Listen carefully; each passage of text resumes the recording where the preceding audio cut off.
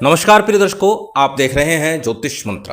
प्रिय दर्शकों, माँ भगवती दुर्गा के 9 रूप हैं और उन 9 रूपों में सभी का अपना एक विशेष कार्य है।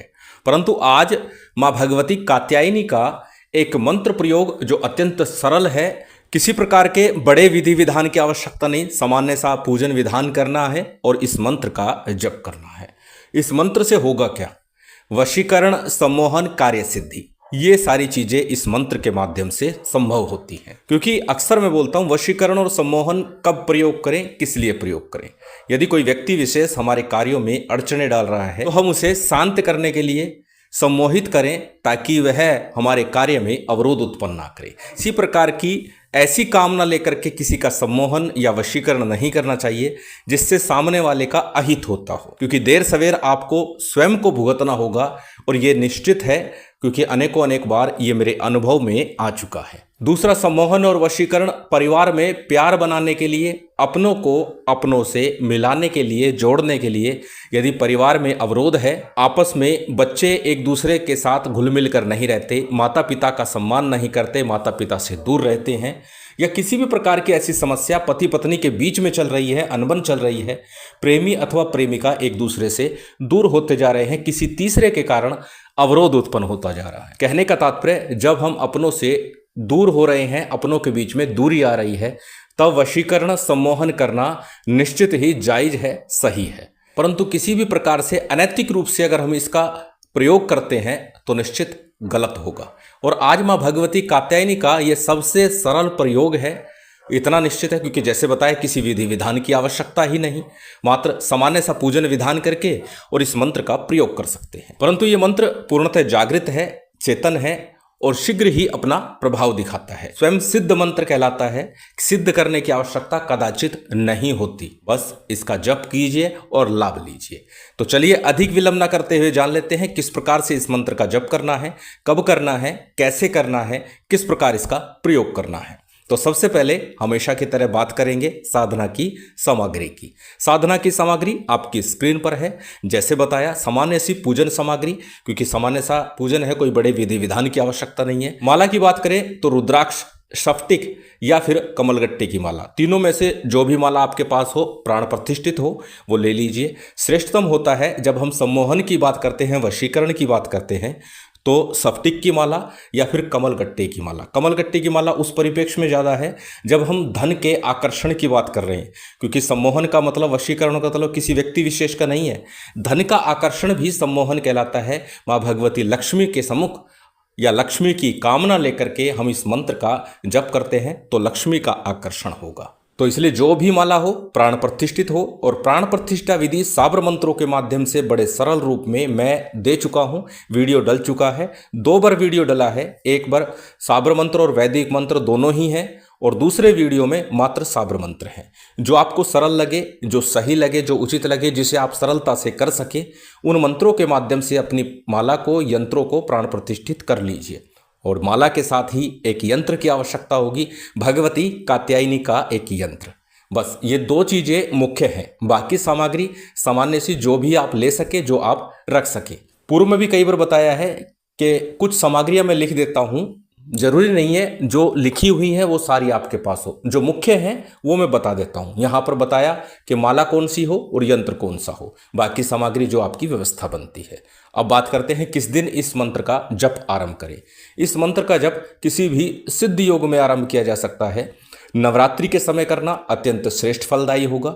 गुरु पूर्णिमा के पर्व के दिन से आप आरंभ कर सकते हैं, या जैसे बोल चुका हूं किसी भी सिद्धि योग में आरंभ कर सकते हैं। श्रेष्ठतम होगा सोमवार का दिन हो, बुधवार का दिन हो, या शुक्रवार का दिन हो, अथवा चतुर्दशी तिथि शनिवार हो, अष्टमी तिथि मंगलवार हो। इस दिन से शुरू करेंगे, अत्यंत श्रेष्ठ होगा। तो जिस दिन से भी आप शुरू करना चाहें उस दिन से शुभ योग सिद्ध मुहूर्त में स्नान आदि से निवृत्त होकर के आप इस मंत्र का जप आरंभ कर सकते हैं। जिस दिन भी मंत्र जप आरंभ कर रहे हैं, साफ स्वच्छ वस्त्र पहन करके अपने पूजा स्थल पर उत्तर मुख हो जाइएगा।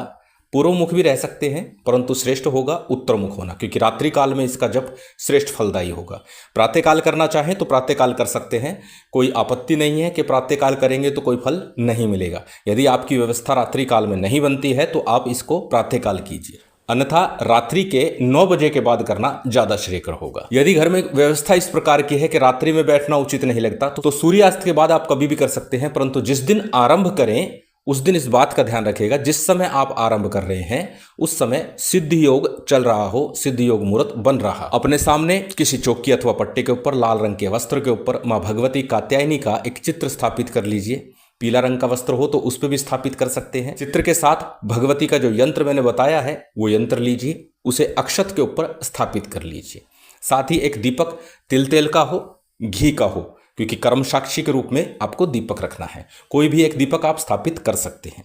साथ ही जलपात्र, शुद्धि आचमन संकल्प इत्यादि हेतु, और इसके अलावा जो भी पूजन सामग्री है वो ले लीजिए। सबसे पहले शुद्धि आचमन कीजिए, उसके बाद आपको दीपक प्रज्वलित कर लेना है।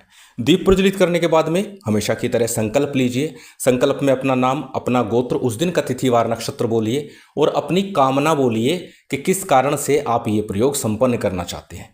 वैसे तो ये किसी भी कामना हेतु किया जा सकता है, कोई भी कामना जो आपकी हो उसको लेकर के आप इस मंत्र का जप कर सकते हैं और निश्चित भगवती की कृपा बनती है। संकल्प के उपरांत में संकल्प के लिए लिया गया अक्षत, पुष्प, जल इत्यादि किसी थाली प्लेट में छोड़ दीजिए और उसके बाद में सबसे पहले गणपति का, गुरु का, कुलदेव, पितृदेव, स्थान देव, इन सभी का सामान्य सा पंचोपचार रीति से पूजन संपन्न कीजिए। इसके साथ मां भगवती शक्ति का, साथ ही भगवान शंकर का और भैरव जी का पूजन सामान्य जो भी सामग्री है उससे संपन्न कर लीजिए। सामान्य से पूजन विधान के बाद में हमेशा की तरह पहले प्रथम पूज्य गणपति के मंत्र का एक माला का जप करना है। इसके साथ ही अपने गुरु मंत्र का जप करना है। गणपति मंत्र के रूप में ओम गण गणपते नमः, ओम गणेशाय नमः, कोई भी एक मंत्र ले लीजिए, उसका जप कीजिए। जहां तक बात करें गुरु मंत्र की, गुरु दीक्षा के समय जो मंत्र मिला वो गुरु मंत्र, उसी का आपको जप करना है। यदि आपने गुरु दीक्षा नहीं ली तो भगवान शिव के पंचाक्षरी मंत्र ओम नमः शिवाय का जप कीजिए, भगवान शिव को ही सर्वे सर्वा मानते हुए। अथवा हमारे गुरुदेव द्वारा दिया गया मंत्र ओम परम तत्वाय नारायणाय गुरुभ्यो नमः, इस मंत्र का जप कर सकते हैं। और उसके बाद आज का जो मूल मंत्र है इसका जप करना है। कितना जप करना है? एक ही माला पर्याप्त है, श्रेष्ठ है। अन्यथा अक्सर मैं बोलता हूं कि अधिकस्य अधिकम फलम, जितना अधिक करेंगे उतना श्रेष्ठ फल होगा। तो यदि आपके पास व्यवस्था है, समय है, तो आप अधिक कीजिए, परंतु एक माला पर्याप्त होगी आपके कार्य की सिद्धि के लिए। मंत्र आपकी स्क्रीन पर है, स्क्रीनशॉट ले सकते हैं, किसी कॉपी नोटबुक में नोट कर सकते हैं। मंत्र को एक बार बोल करके बता देता हूं। मंत्र इस प्रकार है, ओम ह्रीं कात्यायनी ह्रीं ओम, ओम ह्रीं कात्यायनी ह्रीं ओम। अत्यंत सरल मंत्र है, 2 4 5 7 बार याद करेंगे तो निश्चित याद हो जाएगा। और बार बार बोलता हूं कि मंत्र को पहले याद कीजिए।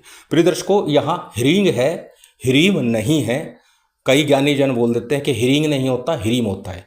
प्रिय दर्शकों, दोनों ही शब्दों का प्रयोग किया जाता है। सामान्य रूप से इतना समझ लीजिए, ह्रीम जो बीज मंत्र है वो सॉफ्ट है और ह्रीं है वो उग्र है, शीघ्रता से कार्य करता है।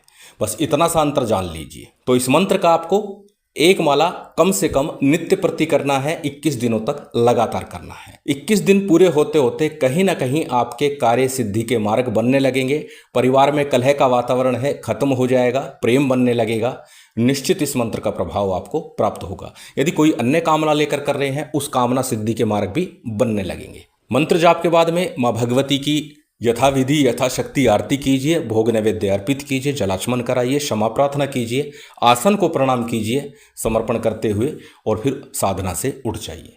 इस प्रकार 21 दिन का ये विधान बनता है। अब जानते हैं प्रयोग क्या करना है, किस प्रकार इस मंत्र का फल लेना है। वैसे तो मंत्र जाप का ही प्रभाव है, परंतु फल स्वरूप हम क्या करें, थोड़ी सी मिश्री और इलायची के दाने अपने सामने कटोरी में रखें और नित्य प्रति इस मंत्र का मात्र जप करें। जप के उपरांत में समर्पण से पूर्व ही जिससे आप माला जप रहे हैं उसी हाथ को उन मिश्री और इलायची में घुमा दीजिए और उसके बाद में समर्पण आसन को प्रणाम करके उठ जाइए। और साथ ही जल आपने रखा हुआ है, उस जल के पात्र को पूरे घर में छिड़क दीजिए, दूसरा जल का पात्र भर के रख दीजिए और यही क्रम आपको लगातार करना है। अत्यंत सरल विधान और अत्यंत सरल प्रयोग है। मात्र एक माला जप में ही कार्य की सिद्धि होती है। मां भगवती कात्यायनी की विशेष कृपा आप सभी को प्राप्त हो, यही कामना है। और उम्मीद करता हूं आज की ये जानकारी, ये वीडियो आपको अच्छी लगी होगी।